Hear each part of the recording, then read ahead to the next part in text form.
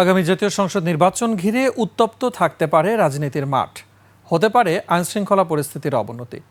এমন তথ্যের পর 1000-এরও বেশি শীর্ষ সন্ত্রাসী অপরাধীকে গ্রেফতারের জন্য খুঁজছে পুলিশ। সেজন্য নিজেদের সব ইউনিটে বার্তা পাঠিয়েছে পুলিশ সদর দফতর। অন্যদিকে আইনশৃঙ্খলা রক্ষা বাহিনীর তৎপরতায় এরই মধ্যে গা ঢাকা দিয়েছে অনেক শীর্ষ সন্ত্রাসী। বাকিটা দেখুন দীপু শিকদারের বিশেষ রিপোর্টে।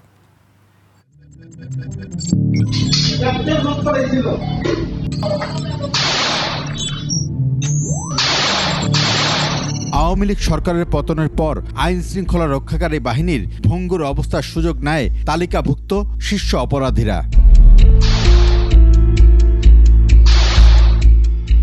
নিয়মিত চাঁদাবাজির ঘটনায় অতিষ্ঠ হয়ে ওঠে রাজধানী সহ দেশের বিভিন্ন অঞ্চলের মানুষ।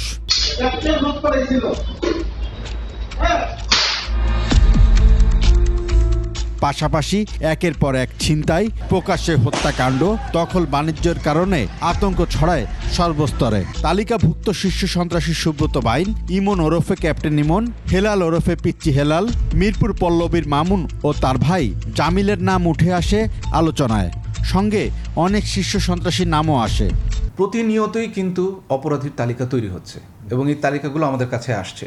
সম্প্রতি আন্ডারওয়ার্ল্ড কুশীলবদের অন্যতম সুব্রত বাইন তালিকাভুক্ত শীর্ষ সন্ত্রাসী মোল্লা মাসুদ তার অপর দুই সহযোগীকে স্বয়ংক্রিয় অস্ত্র গুলিসহ কুষ্টিয়া থেকে গ্রেফতার করে সেনাবাহিনী। এরপর থেকে অন্যদের ধরতে আরও তৎপর হয়েছে পুলিশ।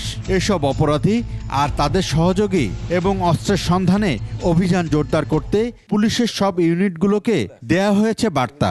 সন্ত্রাসীরা কোনো ধরনের সুযোগ নেক বা তাদের উপর ভর করে অন্য কেউ সুযোগ নেক, এটি আসলে কোনো মতে কাম্য নয় বা এটি আমরা হতে দেবও না। তারা কোনো ধরনের অস্থিতিশীল পরিস্থিতি সৃষ্টি করবে বা আমাদের যে কোনো ধরনের ইভেন্টের ক্ষেত্রে তারা প্রতিবন্ধকতা সৃষ্টি করবে, মানুষকে ভয়ভীতি দেখাবে, এটি যেন না হয় সেজন্য কিন্তু আমরা ব্যবস্থা নিচ্ছি। র্যাবও বলছে নির্দেশনা অনুযায়ী তালিকাভুক্ত শীর্ষ সন্ত্রাসী ছাড়াও ভয়ঙ্কর অপরাধীদের খোঁজ করা হচ্ছে। শুধু এই বড় বড় সন্ত্রাসী দলগুলোই নয়, তাদের সাথে কিন্তু সম্পৃক্ত রয়েছে যে কিশোর গ্যাংয়ের সদস্যরা, এবং এই কিশোর গ্যাংয়ের সদস্য, ছিনতাইকারী এবং বড় বড় যেই সন্ত্রাসী দলগুলো আছে তারা সবাই আমাদের মনিটরিংয়ে আছে। সংখ্যাটা নেহাতি কম না, যথেষ্ট পরিমাণে এখানে সন্ত্রাসীদের তালিকা আছে এবং তাদের বিভিন্ন স্তর বা গ্রেডে তাদেরকে বিভক্ত করা আছে। দেশের বাইরে অবস্থান করা শীর্ষ সন্ত্রাসীদের বিষয়ে ইন্টারপোলে নতুন করে চিঠি পাঠানো হয়েছে।